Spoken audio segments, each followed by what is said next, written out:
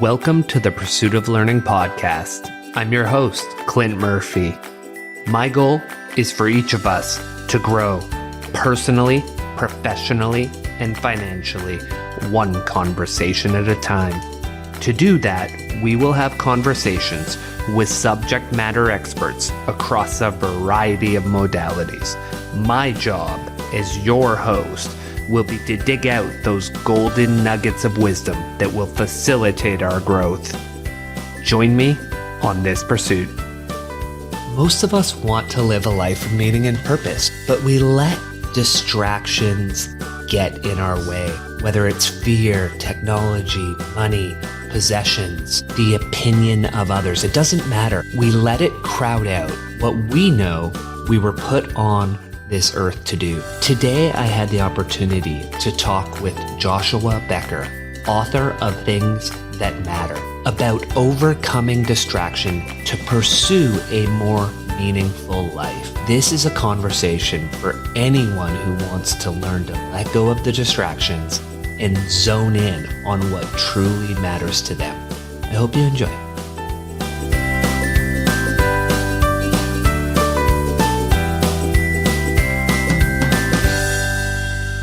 Joshua, welcome to the Pursuit of Learning. Where I'd love to start is for our listeners who don't know about your past, can you share with them a brief bio of your history and what brings us to the conversation today when most people may know you as the minimalist? Yeah, sure. How far back you want me to go? However far you'd like. Let's see. I usually mention, because I think it's helpful, I grew up in a pretty typical middle-class family in the middle of America. Never eating at the fanciest restaurants in town, but never missing a meal along the way. Lived a pretty typical suburban American life. I became a pastor after college, although I went to college for banking and finance, but decided to become a pastor instead.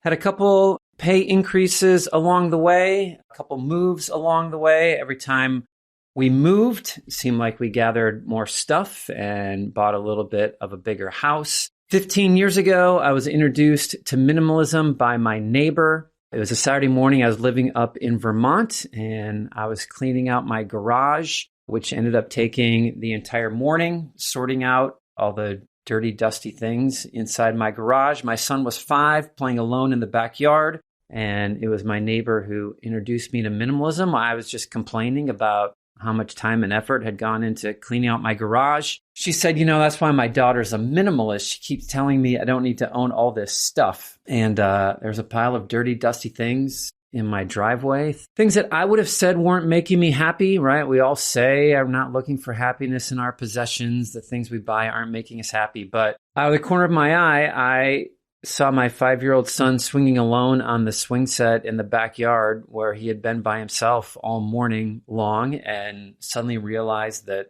all the things I owned weren't just not making me happy, but all the things I owned were actually taking me away from the very thing that did bring me happiness and meaning and purpose and significance in life. And I always think that's the light bulb moment. That's the light bulb realization where minimalism starts to make sense, where it's one thing to say our possessions aren't making us happy, but it's another thing where we start to realize our excess possessions are actually taking us away from happiness and meaning and purpose. And so that's the short version of 47 years of my life. How about that?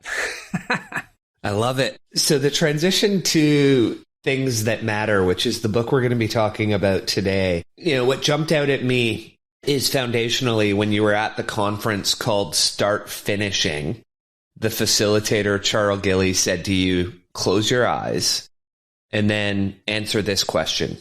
If you were to die today, what is the one project you would be most disappointed you weren't able to complete? You answered that question. If I were to die today, I would be most disappointed I never got a chance to write the book I've been thinking about for a long time, which is the book we are going to be talking about today. What was it when you did that exercise that made you realize Things That Matter was what had to get written?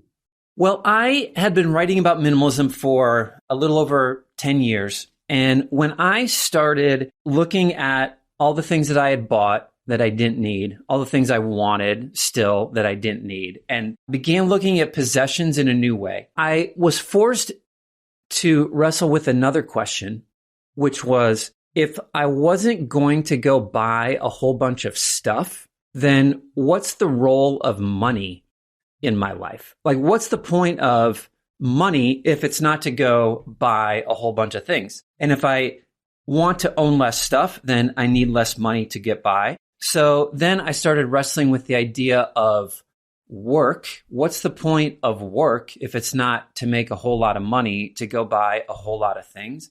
And it was really interesting how deciding to own less really forced me to question a lot of assumptions that I was making on why we live and how to live and the purpose of living and all these things that everyone is so busy chasing and accumulating. And so I had written a lot about some of those other topics and some of the questions that I was asking and some of the things that I was discovering. Taking a step back before that Monday evening event, the weekend before, I was speaking on a retreat in Northern California. I would always do a weekend retreat on minimalism and why I own less, how to overcome consumerism, some of these topics. My Sunday morning talk, every weekend retreat, was always about, okay, we've talked about minimalism and possessions for 3 sessions. Let's talk now about some of the other distractions that can keep us from happiness and keep us from meaning. And so I would talk about the pursuit of money, the desire to be wealthy. I would talk about accolades. I would talk about leisure. I would talk about technology and just the distraction that it can be. And so I had just done this Sunday morning talk where I expand the idea of minimalism into all these other topics. And then that following Monday night, I'm at this seminar and Charlie Gilkey asked, what's the one project you would most regret not finishing? And immediately a book based on this talk came to mind where I said, I really think the idea of minimalism expands beyond possessions, and there are other distractions that can keep us from meaning. And so that evening is where the book was born. And I'd written about these topics on my blog, like scattered throughout over the years, but there was no one clear, concise argument, one clear, concise book that could outlive me if I were to die. So that's where it came from. And so when we think about that, what it sounds like we're looking at is, why am I here? What's my purpose? What am I meant to be doing?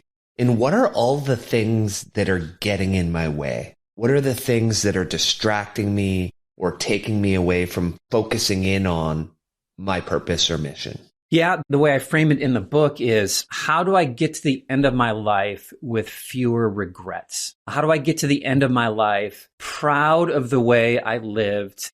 So much so that death isn't something that I fear. Death isn't something that I can't believe it's already showed up. What did I do with my life and how did it pass by so quickly without me even noticing that it passed? But how do I choose what's important? And then how do I recognize what's distracting me from what's important? And then how do I fight to overcome that distraction every single day so that I can live my life to the fullest every day and reach the end with fewer regrets? And so a quote that you reference that I'd love to read and dive into with you, because the Stoics and their timeless wisdom have been talking about a lot of these great concepts for thousands of years, and we get to plumb their knowledge. It's not that we have a short time to live, but that we waste a lot of it.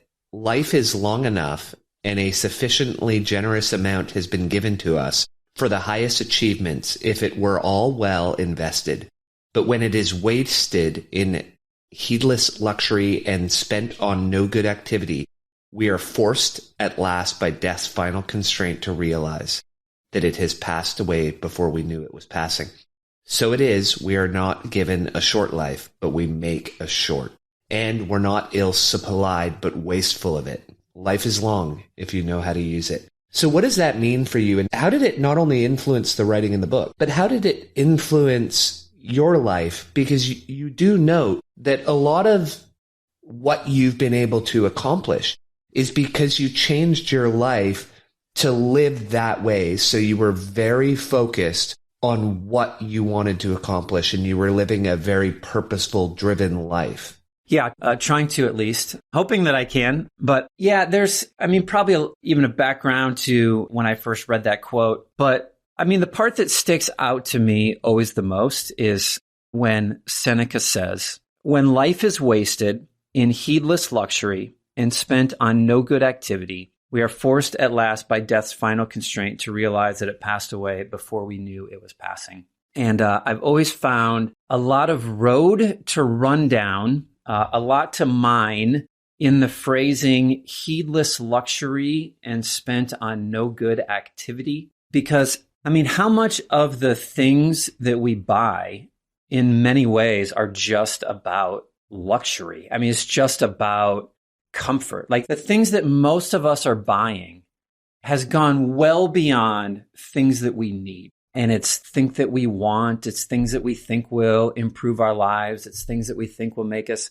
happier, more comfortable, or more luxurious, or whatever it be. Like, I think a lot of the things we spend our money on, a lot of things that we desire and chase and pursue is heedless luxury. And then he also says no good activity, which I think the first time you hear it, you think of watching television, playing video games, like just doing things that we know are time wasters.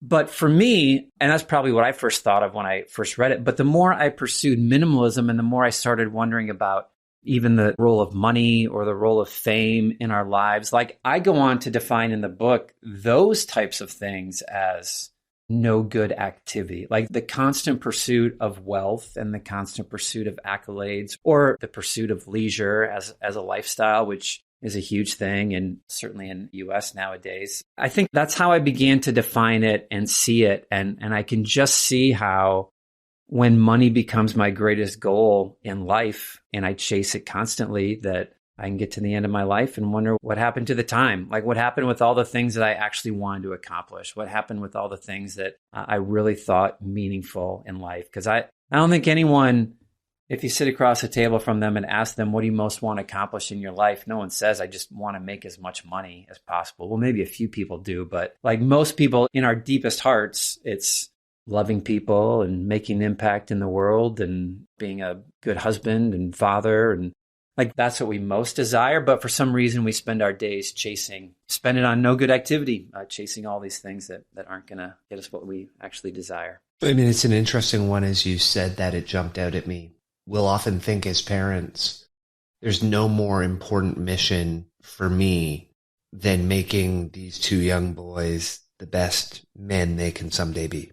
And yet, to your point, I then go to work for 60, 70 hours a week and don't see them and don't help them grow and not involved because I think that the pursuit of that money will allow me to buy them the things that will make them better, when in reality, spending 10 to 20 hours with them, talking to them, being beside them would probably be the best thing for their growth out of anything I could ever provide them. Yeah, that's a brilliant, perfect example. Or we get into this thinking where, well, I'm just going to work hard. I'm just going to work really hard right now so that I can have enough money and then I can spend time with my kids, right? Like we take on the new project now because we think that we'll reach this golden dollar amount where we can finally just work 40 hours a week and spend the rest of our time at home. But as we all know, that you never get there. Like another thing comes up and another opportunity comes up, and we just constantly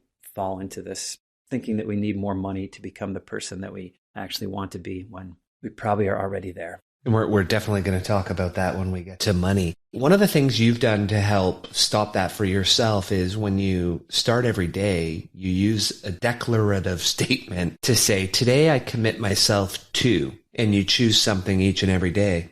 What are some examples that you might use in your life? And how can our listeners use this in their life to start slowly moving themselves forward with just those first baby steps?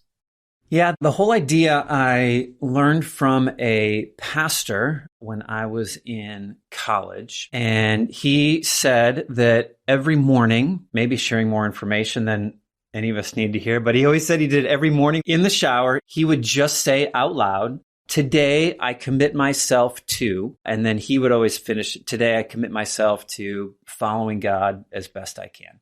And I really resonate with it. The idea that these are distractions, that these are temptations that we never fully overcome, but like we need to battle almost every single day is a reoccurring theme in the book. And so I start out with this idea of just setting our intention every morning, just reminding ourselves every morning, hey, this is what's most important to me. And if you're a man or woman of faith, then that might be what your declaration is. But it goes well beyond that. Maybe it's just today I commit myself to being the best mom that I can be. Today I commit myself to being the best neighbor that I can be. Today I commit myself to focusing my day on whatever is most important to you. But what it does is number one, it forces us, and it can be the same thing every day, but it forces us at some point to articulate what is most important to me. Like, what do I want my life to be about? What would be a worthwhile pursuit with this day that I have in front of me? So it forces us to articulate that. And then number two, it's just a centering moment. I mean, the world is going to be around us. Society is going to be around us, calling for our attention, calling us to focus on this or calling us to focus on that, telling us to buy this or buy that, or the media will tell us to focus on this problem or that problem, or like we're just going to get, the television's going to tell us we need to watch this show or that show. And like the world is constantly going to be clamoring for our attention. And so before that even starts, just saying, hey, this is what my day is going to be about. And do you do that verbally, or do you write that down as the focal point for your day? I think that it would work either way. I don't write it down. I say it. Someone once said, thoughts disentangle themselves when they pass through the lips or the fingertips. And so I think either one of them is helpful, writing it down or saying it out loud. I think there's something more powerful than just thinking it in your head. When you do say it out loud and you're forced to articulate the words, or you're forced to write them down, I think either one of them can be helpful. But I've always been one to just say it out loud. I love that quote, thoughts disentangle themselves when they run through the lips or the fingertips. That's beautiful. So today I'd love to discuss some of the distractions that you list and leave many of them for our listeners to go read when they read your wonderful book. And before we get into the distractions, I want to talk a little bit about the framework you suggest that the listeners use as they start to think about the distractions, which is, first, we be vigilant in self-examination. Second, we verbally articulate what distractions are keeping us from our best work, from what we love most, from fulfilling our highest purpose. Third, we be diligent and intentional in removing these distractions. And then last, we remind ourselves of the value of doing the most important work. So how would you suggest people do that? Is that a journaling exercise? Is that a mental exercise? What does that look like when you're sharing with people? Shameless plug. I wrote the book in a lot of ways for that first step, which is to identify the distractions that are keeping us from meaning. When I tell people the name of the book, Things That Matter, Overcoming Distraction to Pursue a More Meaningful Life, most people think to themselves, that is a book I need to read because I spend way too much time on my phone. And I agree. Technology is in the book, like we picture the distraction of social media, like we picture the ones that are right in front of us. But then I think you start reading the book and there's a chapter on fear. There's a chapter on regret. There's a chapter on money. There's a chapter on leisure and accolades. And I think it goes much deeper into much deeper heart issues and heart motivations than people think it's going to when you first read the title of the book. And so in many ways, like I hope that there's 8 chapters in the book and each one identifies a distraction and then provides practical steps to overcome it. But man, 90% of my vision for the book, 90% of my goal for the book was just to get people to think differently about some of these things and maybe recognize, hey, maybe I am more motivated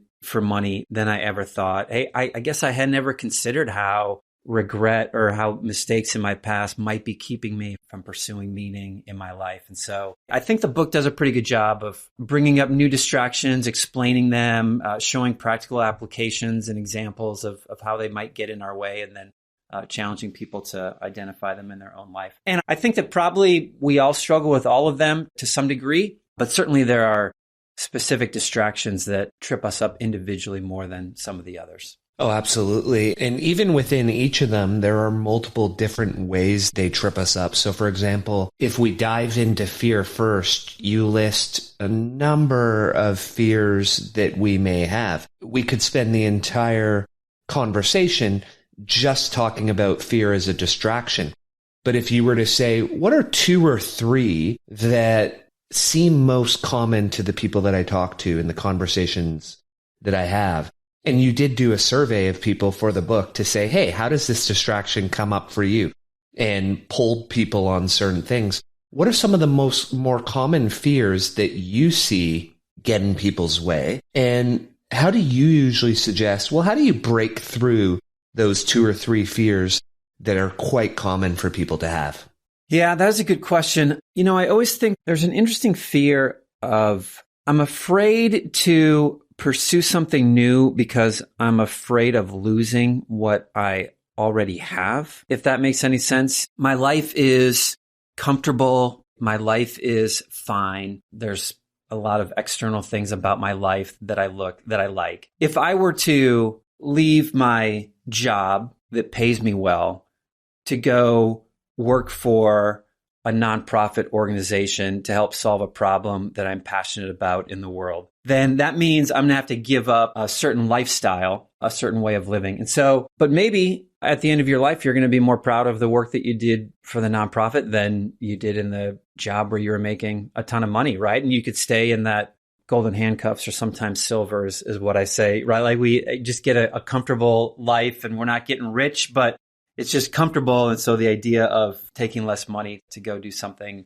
that we think is more meaningful or is going to make a bigger difference in the world is a big step for people. That was certainly my story. I wasn't getting rich as a pastor, but I had a pretty stable income, and someone else was writing the check every single month for me. But I felt called to become a writer and speaker on minimalism and help people see how owning less can improve their life. And so I went through about almost a 1.5 to 2 year process of, like, okay, am I ready to make this change? Am I ready to make this transition? So that's one that comes to my mind, certainly because I went through it myself. There's others, fear of failure, and sometimes even fear of success and fear of the unknown. And like, there's a lot of different fears that can get in our fear of what other people are going to say. Like, there's a lot of different fears that can pop up. But in terms of overcoming it, I think that we take little steps. And for me, it was literally math. It was like a sheet of paper of, okay, if I'm going to quit my full-time job, my stable full-time job, and become a writer full-time, how much money do I need to make in this new job? What are some of the things that we would have to give up in order to accept this new lower salary? How much money do we have saved? And how long would that last if everything fell apart? Literally, it was a sheet of paper and just looking at the numbers and thinking, you know what? I think this is worth it. This is worth me taking this step. And if you think about it, always, whenever we talk about this topic, it brings up the Mark Twain quote for me. I've lived through some terrible things, and some of them actually happen, because we tend to look forward and we project the bad. And you even had a stat that 85 to 90% of what we worry about never happens. And often that simple exercise of going to a sheet of paper and saying, well, what's the worst outcome versus what's the best outcome? When you actually start putting it to paper, you may realize that more often than not, there's much more asymmetrical upside to downside. And if we take your example, Joshua, worst case scenario, wouldn't you just become a pastor again? Yeah, literally. That was the math. It was like, okay, we've saved a little bit, like 4 or 5 months I can live on savings. And if nothing happens in 4 or 5 months, then I could just go back to doing what I was doing before. Yeah, absolutely. Yeah. In best case scenario, you live a life fulfilling what you believed was what you were put on earth to do. So we think about that. How many people haven't even done that simple exercise to say, well, wait a second. if it was me, I'm afraid to quit my job as a CFO. I'm well paid. I do well. And the fear is, well, I'll lose my house. I'll lose everything I've built. It'll all disappear. But wouldn't I just go back to being a CFO somewhere else if it didn't work out? So why that fear? It seems like when you just shine that simple light and do that simple exercise that we should be able to overcome this one. Yeah, I agree. And certainly there's an aspect of me discovering minimalism a decade or so ago and realizing, hey, I don't need as much money to support my lifestyle as I thought I did. We moved into a smaller home and we're happier. We're buying less stuff. And I saw how downsizing my life freed me up to do other things that were more important. And so my baseline number of what I thought I needed to get by had been changed over that past decade, which certainly made it easier. And it's probably one of the reasons that some of these life paths and life realizations kind of build on each other to get to the point where you need to be. Absolutely. And so we can jump forward to that and we'll come back to one of the other ones. But when you think about money, it seems to be one of the greatest stressors for most Americans. I think you list 70% of Americans are stressed about money. And in most cases, we don't feel stressed because we don't have enough. We feel stressed because we simply want more. And I think the quote you had was Rockefeller when asked how much money is enough. His answer was just a little bit more. And I was talking with someone at work yesterday. I used that quote because it's so powerful. We're always just looking for that little bit more. So why do you think that so many of us are stressed about money and distracted by it? And is minimalism the way out, or are there other ways we should be thinking about money and reframing our thinking to overcome what should be such a simple distraction? Well, I think money becomes such a stressor in our lives. The way I describe it is because we keep looking for money to provide something that it's never going to provide. And rather than realizing I'm looking in the wrong place for these things, we just think to ourselves, I just haven't reached the right amount of money. So, for example, happiness and security are the two that I usually think about. And we have a certain level of money in our lives and we don't feel secure with it. I think the number in America is up to close to 90% now of people say that they have financial related stress. Like in the wealthiest nation in the history of the world, 9 out of 10 of us don't think we have enough money. So we have a certain level of money, we have a certain level of happiness, and we feel a certain amount of security around it. But we wish we had more. Like we think more money would make us happier. We think that we should feel totally secure with the amount of money that we have in our bank account. And we know that we don't have it. So the answer is just a little bit more. That's what Rockefeller said. Like how much money? Just a little bit more. I think they asked people with a net worth over $2 million if they had enough money. And the average answer was, I just need 25% more and then I will have enough. And so we pursue it and we chase it and we get to the income level that we want, or we get to the net worth that we want. And we reach this new level and we don't feel any more secure. We don't feel that much happier with our lives. And so rather than thinking, hey, maybe I'm looking for happiness in the wrong place, we just think, oh, I just need more money.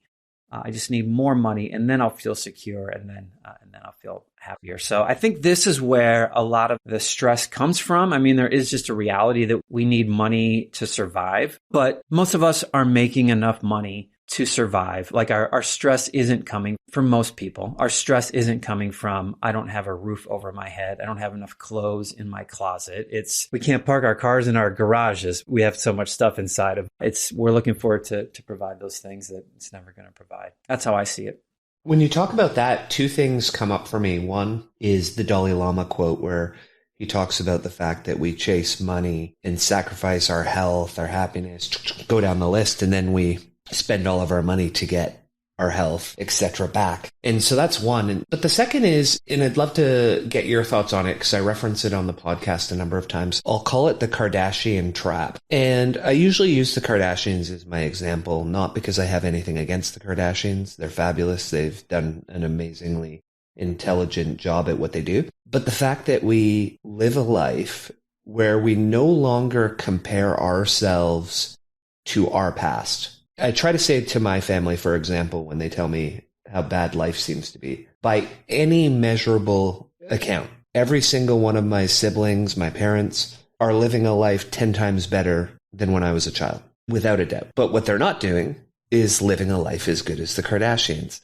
They're not living a life as good as some of their friends that they see on Instagram or on other forms of social media, where everybody only puts their best life. No one puts the fight with their spouse or the disagreement with their kids or, the bad things that are happening in their life. Very few put those on social media.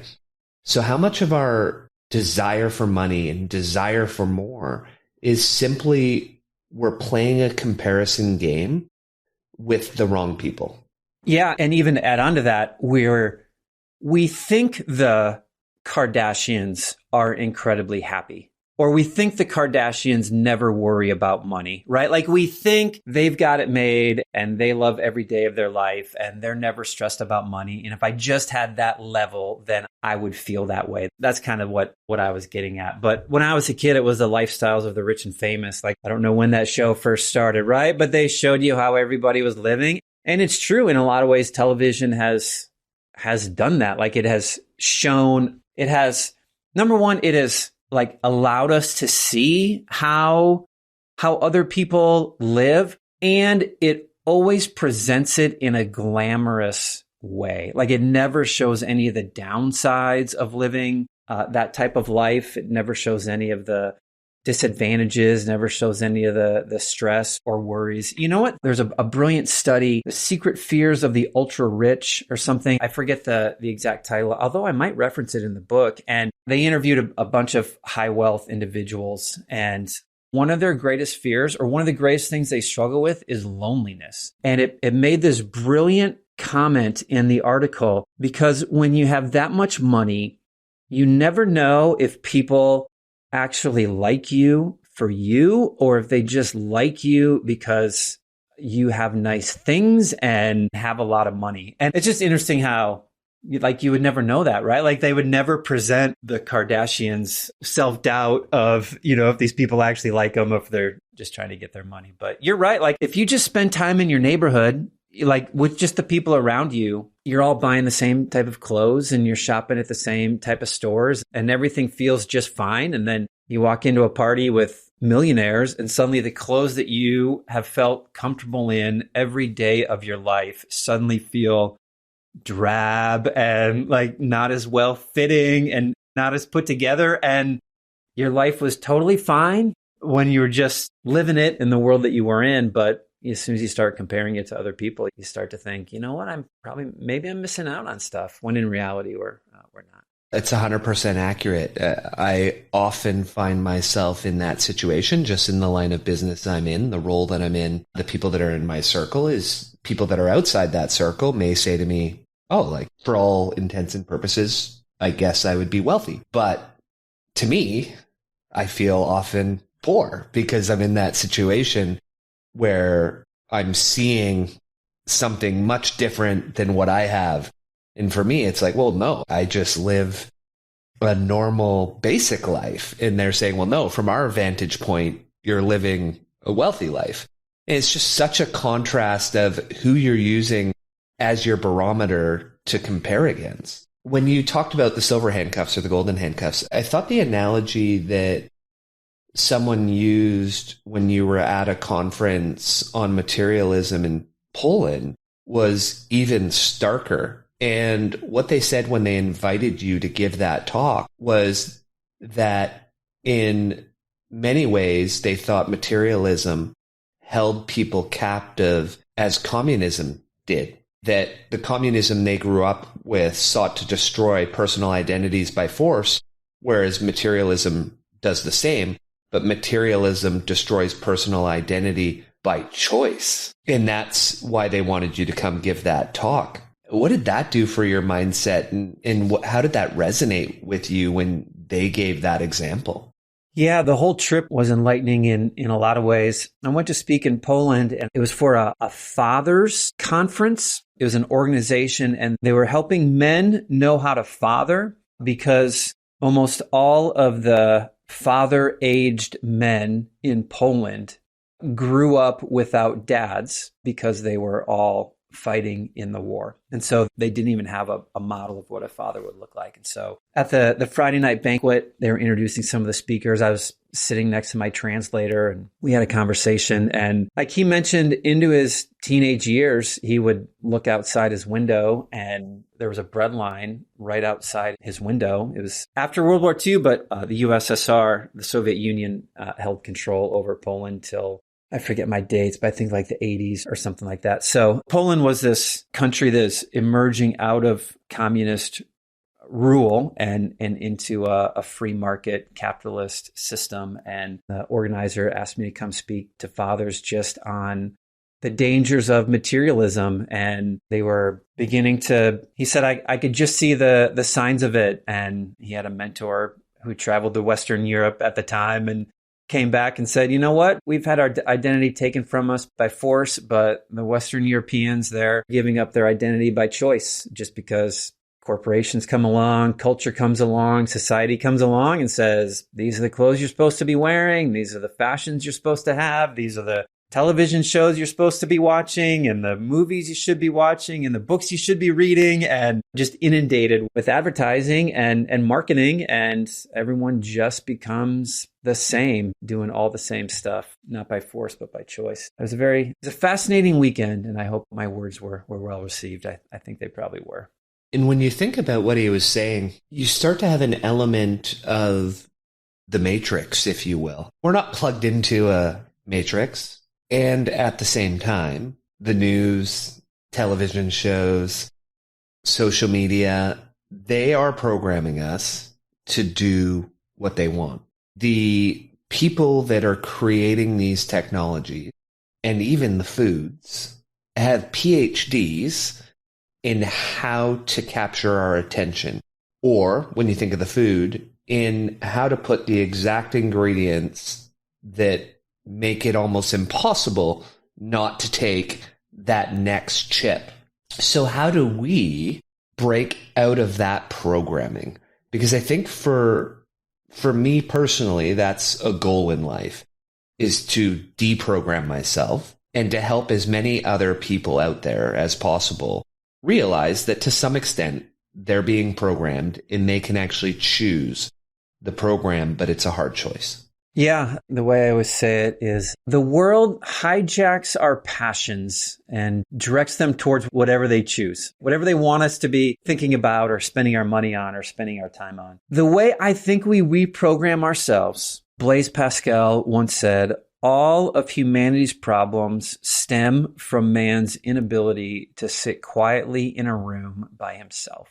And I think we reprogram ourselves by withdrawing regularly from the noise and just sitting quietly with ourselves, whether it be half an hour, whether it be a full hour, whatever it might be, on a regular basis, where we're just sitting alone with our soul, sitting alone with our heart, sitting alone with our mind, and allowing it to slow down and not be taking enough time that we can remove some of the noise and we can be reminded of what's most important to us, and we can evaluate, like, what am I spending my time on? What am I spending my money on? Why does this bother me so much? Why am I drawn to all these things? And is it healthy or is it not? Is it leading me towards meaning, or is it heedless luxury and no good activity? And I'm going to regret it at the end.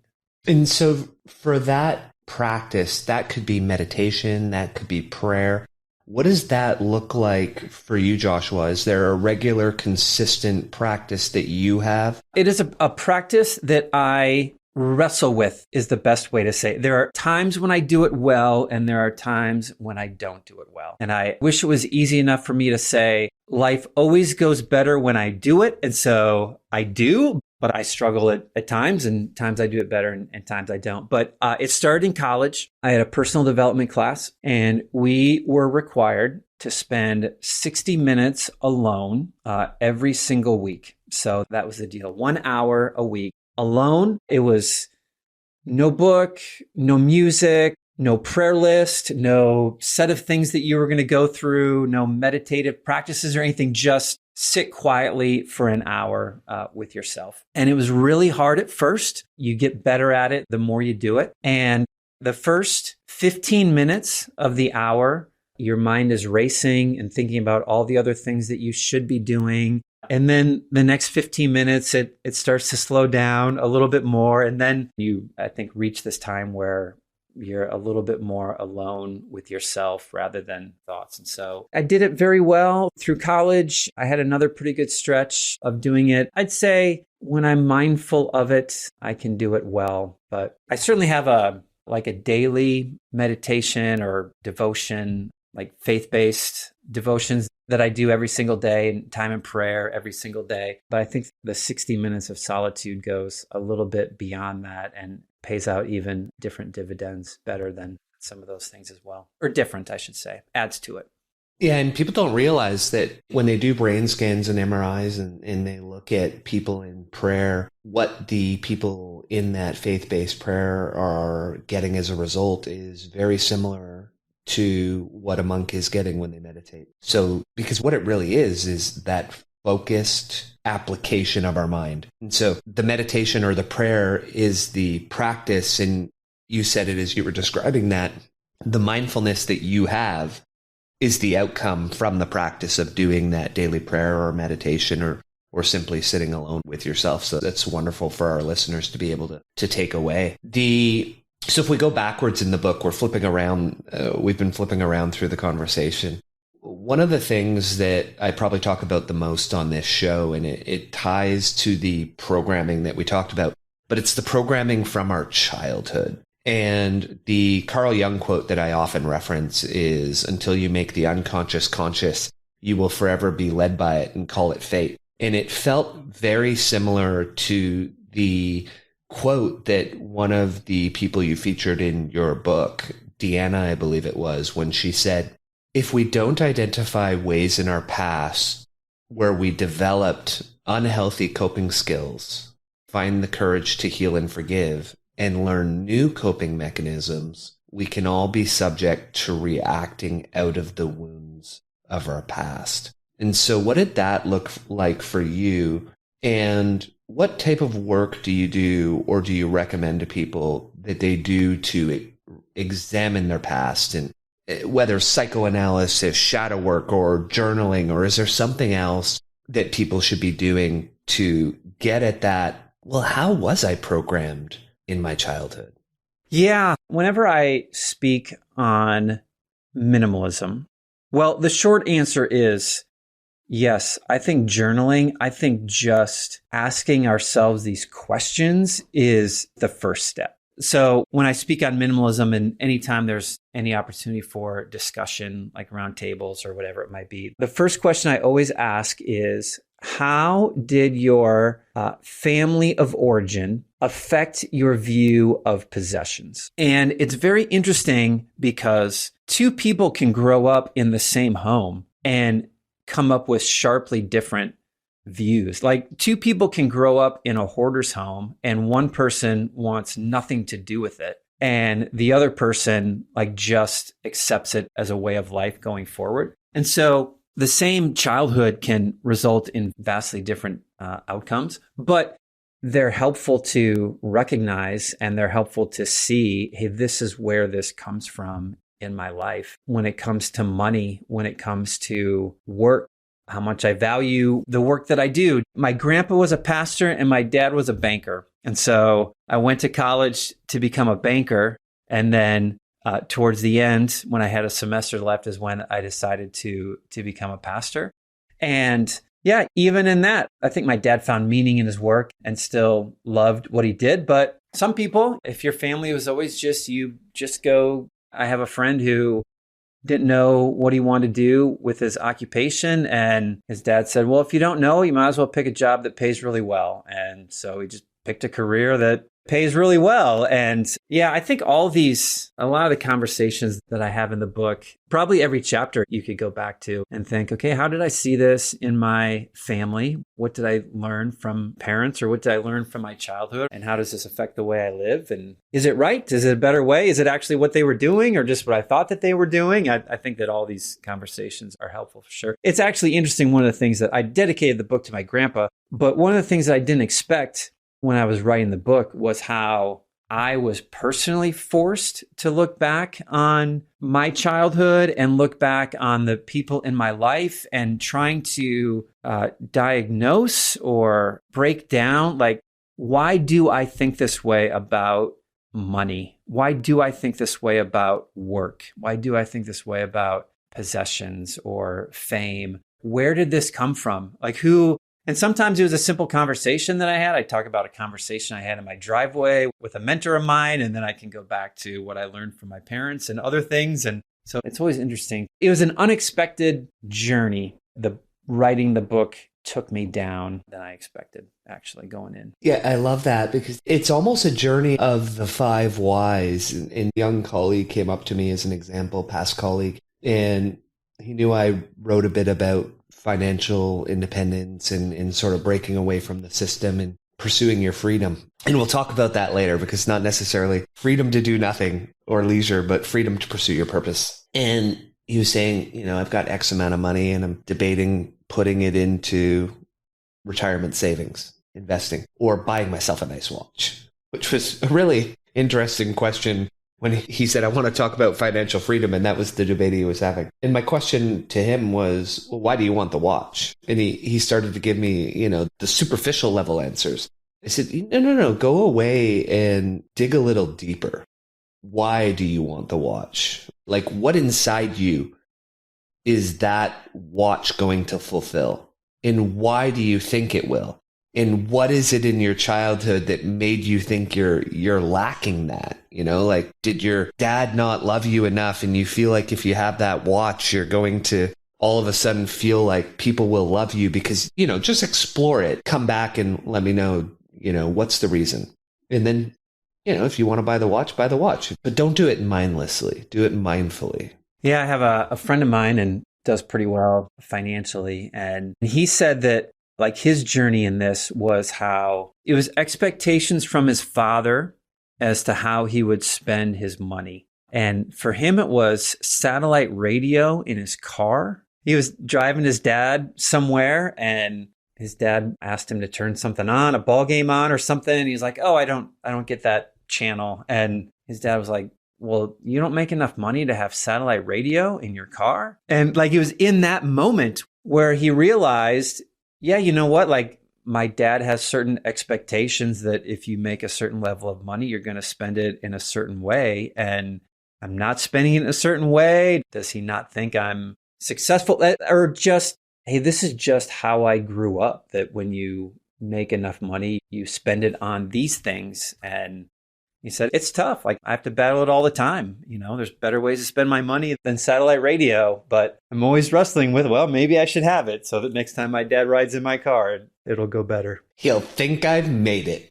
Yeah, that's beautiful. And so when someone comes to you and they tell you that they can't be minimalist, one of the quotes that you have that I loved was, well, if you're not minimizing your possessions, you're minimizing your money, time, and potential. So when you think of that, do you convey that to people just straight up and see how it lands? Or how do you work with that one, Joshua? I'm trying to think if I've ever said that out loud. Maybe I have. Maybe more in general conversations on social media. Because someone will say, well, would everyone benefit from minimalism? Should everyone be a minimalist? And I always say yes. Like, I think everybody should own only what they need to own. And then I get accused of being a communist. But anyway, that's a completely different subject. But understanding, of course, that that looks different for everybody. A family of 6 is going to own something different than a single guy in his 20s. A dentist is going to own something different than a mechanic or a farmer or a writer, or someone in the city is going to own something different than lives out in the countryside. Like, we're going to own different things. But what is the benefit of owning a whole bunch of stuff that you don't need? Like, everything we own costs money and takes time and energy and focus and is a distraction. And that's kind of where I land on that, where, well, I can never be a minimalist. And I'm like, well, you're minimizing something in your life. Like, the reality is we all have finite resources. And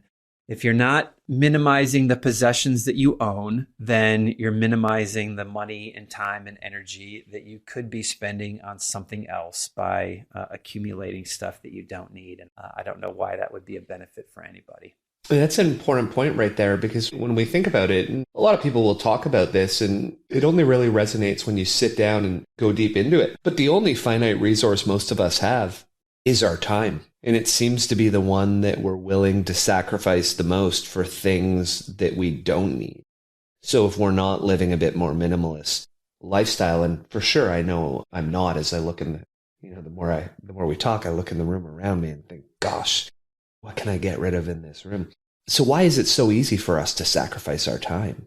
Well, I think it becomes easy because we're fed 5,000 advertisements every single day telling us that our life will be better if we buy whatever they're selling. And I think we unintentionally believe it and fall into that thinking. I don't think I don't think anyone's greatest goal in life just own a house full of clutter and own a house full of stuff, but we just tend to gravitate towards that way of life because everyone else is doing it, because that's what we're told to do. Probably some unhealthy motivations that we're feeding in there, whether it be trying to impress other people or jealousy or envy or, looking for happiness. And maybe we are looking for happiness in the things that we buy. So, I think we just need to be constantly be reminded, I think.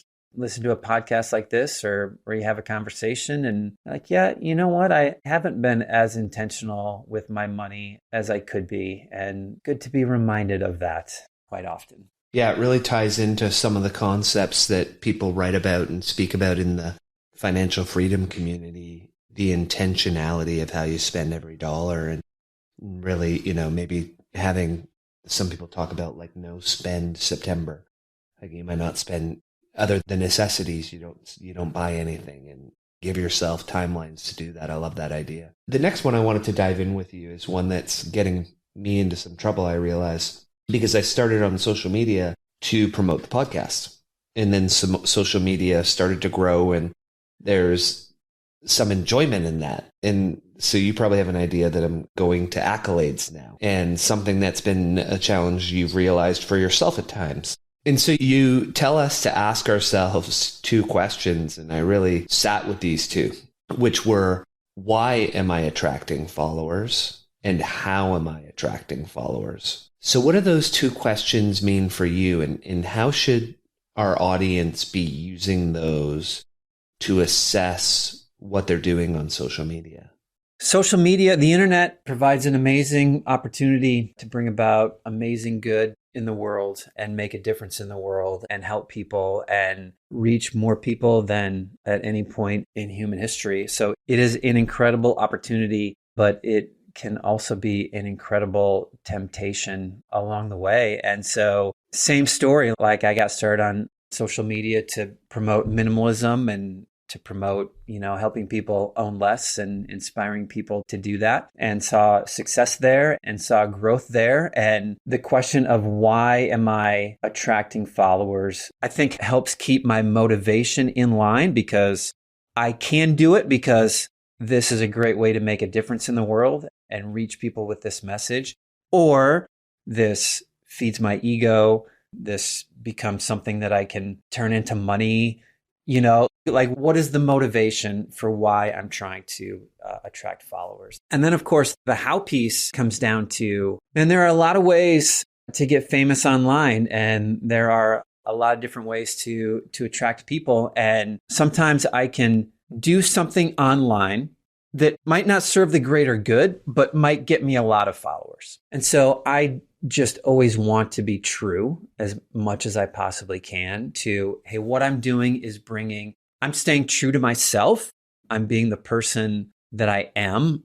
I'm being honest with who I am. I'm not trying to become someone different online to attract people, because what's the point of having people like the online version of yourself if that's different than the real version of yourself? Eventually that's going to come out and catch on to you. And they're all fake followers. They don't actually like you. They like the persona that you're trying to be, online. But second of all, there are just things that I can do to attract followers that don't move me towards a life of no regret, if that makes sense. So, but I think that if we're serving other people, if we're healthy motivations, and if we're trying to use it for good, then it's an incredible opportunity to do that. It's when we sacrifice some of that integrity or start chasing followers as opposed to chasing the good that we can bring into the world. I think that's when we begin to regret it, and it becomes a distraction. That's an important one that we often talk about with the concept of value over virality. And it's great when the value can mix with the virality, but even I find that myself in that trap once in a while where, hey, growth is slowed down when I just talk about what I came here to talk about. So maybe I should write a thread on the 10 Google browser extensions that will make your life infinitely better. And then it's like, well, wait a second. That's not why I'm here. I'm here to help people grow. I'm here to help people be better, achieve more, and be financially free. If it doesn't tie into those categories, why am I writing about it? And that's a great way to explore it, was to sit down and read those questions and go deep. So I definitely appreciated that one. And it seems like what you're saying is that level of authenticity between why did I originally come here? What's my purpose? Who am I trying to help? And is my content staying in line with those so that I'm not becoming someone that I didn't come here to be? Yeah. Am I sacrificing my purpose to get followers? Is not a winning strategy. You get a bunch of people that follow you for Google extension tips, and then you start talking about what you're really passionate about, and that's not why they're following you. They're like, I just want more Google extension tips. Yeah. And so what are your main platforms of choice to spread your message? Facebook. I use Facebook primarily. Started a YouTube channel a couple years ago, and I've seen some success there. And then I use Instagram and Twitter, but Facebook is what I use most intentionally and strategically. I'm going to flip us over to one that you talked about earlier that you mentioned can get a lot of us in trouble, which was leisure being a distractor. And you pulled out a stat that I absolutely mind-boggled me, was that the Nielsen Total Audience report from August 2020 said that the average time of U.S. adults spent consuming media totaled 12 hours and 21 minutes per day. How is that even possible? How are we so glued to our devices that we're consuming that much? And what is that doing to our lives? Like, if we're sleeping for 8 hours, that's 75% of our waking hours. Yeah, I don't know if we know yet what it is doing to us. I think in some ways, while trying to figure it out, I give the illustration of fire. Fire's first invented, and here's this tool for incredible benefit to boil water and cook food and forge steel. And fire has this amazing capability for good, for civilization. Meanwhile, it can burn down entire cities in a matter of minutes. And so there's this period of learning, how do I use fire for good and not allow it to burn down everything along the way? And the internet, technology, social media, to me, it all feels like that's where we are with it. Incredible capability for good and also incredible danger if misused. And the problem with trying to figure it out is that as soon as you start to figure it out, it changes, and it's changing so rapidly that we're all trying to catch up. I'm in my mid-40s, and I'm raising kids who grew up on social media, and I never had it when I was a kid. So it's not like I can look back on my childhood at what I learned and what lessons I learned that work and stick and share those with my kids because I wasn't there as a kid. It came about when I was adult. And so hopefully our kids are learning and taking some lessons, and they'll be able to parent their kids better than I am, trying to make it up as we go. But I think that's where we are. And my solution is, number one, I think we look at the difference between creation and consumption, and we recognize, hey, I can use technology for good, or I can watch 2 hours of cat videos and waste 2 good hours of my day. Like, what am I doing? Am I using it for good? Am I controlling it, or am I letting it control me? And I recommend taking a technology fast, whether it be 14 days or a month or 40 days, in any way that you could turn off Facebook for a month. You could turn off your video games for a month. You could turn off television for a month. You could turn off all your phone except for text and phone for a month. I think anytime that we walk away, we come back a little more strategic and intentional. And do you use some of these same techniques with your children as well, to like a technology fast, or even having the conversation with them about the importance of being a creator versus a consumer? And how is that message received? Is it something that they then say, oh, okay, I hear you, Dad, I'll be a creator, instead of doom scrolling my Instagram, which seems to be what my high school son has already started? No, I've never forced a technology fast upon them. It would be an interesting experiment. I wonder how it would go. I do have conversations about creating versus consuming, and that's a conversation that I have quite a bit. And they, of course, know what I do and how I use social media. And so they certainly see that aspect of it. It's not something where they're like, okay, yeah, you're right, let's go build something rather than play a video game. But I guess I hope that they start thinking that way. And though they don't have a passion to start a channel or create something, at least I don't see them doing that other than just little fun things with their friends. I think that you ingrain that value, you ingrain that thinking in their mind and in their brain. And then when the time comes, when they have the idea or when they feel a little more confident about their abilities to do something, then it's a natural step for them. So that's a good question. Because I certainly don't force them to do anything in those ways. Although some people do. I shouldn't say I certainly don't force them, because some people probably do it to some success. I've never done that. We've never done that way. But I hope the values and hope the things that we've taught and modeled, when they're ready to apply them to their lives, they will. And how old are they now? My son's a sophomore in college and my daughter is a junior in high school. Oh, great. Yeah. It's interesting because you say something enough and then you role model it, and we may not think it, but it gets picked up. Talking to my son the other day, he said it, the same thing. Yeah, I was just on the drive home. What do you want to do when you grow up? And I can't tell if he was joking or not, but he said, maybe I'll do what you do, Dad. Maybe I'll be an influencer in certain ways. And so it's, the seeds get planted. It becomes any value that you teach and model for your kids becomes something that they can always come back to. That's the way I look at it.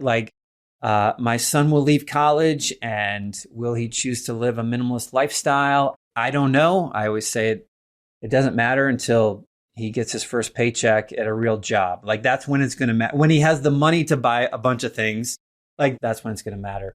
But he could choose to go buy as much stuff as he wanted, and could go the exact opposite of the way I've chosen to live my life. But 5 years down the road, 10 years down the road, where he realizes, hey, that's not the answer, he can always go back to, oh, now it makes sense as to why my dad lived this way. Now it makes sense as to why my parents always talked about that. I think faith is always a big aspect of that. They may not choose your faith when they leave the home, but at any point in their lives, they can always go back to, oh, now that makes sense to me. And now I understand why that was so important to my parents. The last question on the book, because I thought it was beautiful, was one of your more popular slogans that you use. You don't have to live like everyone else. In fact, you'll probably be happier if you don't. What does that one mean to you, Joshua? And why is it one of your more popular ones? To me, it means, and not that I have this stuff all figured out, but I think most people are living a life chasing things, buying things they don't need, wanting things they don't need, chasing money, chasing fame. And I think a lot of people are chasing, even back to that original quote, chasing heedless luxury and spending time on no good activity. And I think bucking that trend and choosing to live your own life by your own values, focusing on what's most important to you, I think is rare, more rare in our world than I would like it to be. And I think that ultimately we get to the end of our lives with fewer regrets when we live true to ourselves, intentional lives, focused on the things that matter most to us, as opposed to everything that culture and the world are telling us we should be focused on. I love it. That's beautiful. Do you have time we have a final 4 section, 4 rapid fire questions to help our audience grow? Okay, sure. I will try to be quick. All right. What is one book you've read that's had a large impact on your life? Man, so many good ones. I love a book. It's a Christian-based book called Money, Possessions, and Eternity by Randy Alcorn. It's always had a significant impact on my life. Oh, I love that. And if we look at your bookshelf right now, what's a top read that you've got on the go? Top read that I have on the go, meaning what? Book I'm reading right now? You bet. Yeah. I just finished, last week, I finished a fiction book called The Terminal List. I think Jack Carr was the name of the writer, which they turned into a Amazon Prime series. Yeah, but I read the book. Yeah. That's right. Yeah. Great. Don't always read. I have a good mix between fiction and nonfiction, so I just finished that fiction book. Oh, I could see that being a thriller based on the way they turned it into a miniseries. Yeah. And so this might be a question where you're one of the first guests to say, well, I haven't bought anything, because the next question is the typical, what's one thing, in the last year or so that you've bought under $1,000 that you realize, hey, this actually was valuable to my life? It's very funny because I spoke at a conference in North Carolina last week, and as a part of it, they made a video and asked me, what's the last thing you bought? And it was funny because I just restrung my tennis racket. My wife's been taking tennis lessons for years so that we could play. And so I just had my racket restrung maybe a week and a half ago, and we've been playing on Sunday evenings ever since then. So I'll answer the same way I answered that question. I got my tennis racket restrung, and I've been playing with my wife, and it's been enjoyable. I know a lot. I'm starting to know more and more people that are doing that a bit later in life, saying, hey, tennis is the one sport that we can play as a couple. And so my wife and me are taking tennis lessons to just have some. So yeah, it's interesting. That's your answer. I like it. And so because the show is about growth, I always love to end with, is there a habit, a mindset, or a belief that you've changed in the last year that's had a positive impact on your life that you would share with the audience?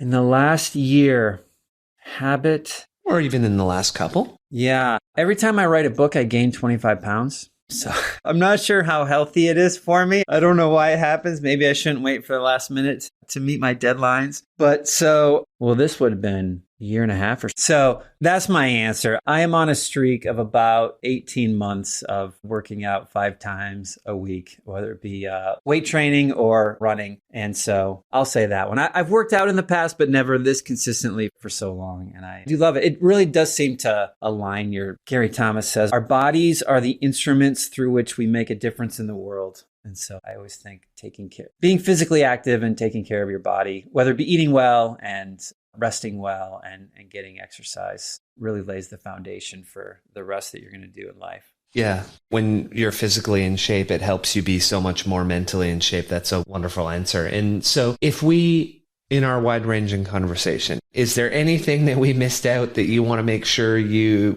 get across to the listeners in a final message? No, I think we covered a lot. You do a good job. So I hope this is beneficial to the listener for sure. We covered a lot of ground. Yeah, it was fun. Where can our listeners find you? I want to make sure they're able to get you on all your socials. Yeah, good question. My home base is becomingminimalist.com. That's always been my home base online. And I do a lot of different things, books and the YouTube channel and social media, and have a couple digital magazines that I run, but everything runs through becomingminimalist.com. So send people there. Thanks. Perfect. Yeah, we'll get them there. And then we'll also get all your socials in there so they know all the various spots to find you. And thank you for joining me on the podcast today. It was wonderful to talk to you, Joshua. Nice to meet you, Clint. And thanks for having me on. Thank you for joining us on The Pursuit of Learning. Make sure to hit the subscribe button and head over to our website, thepursuitoflearning.com, where you will find our show notes, transcripts, and more. If you like what you see, sign up for our mailing list. Until next time, your host in learning, Clint Murphy.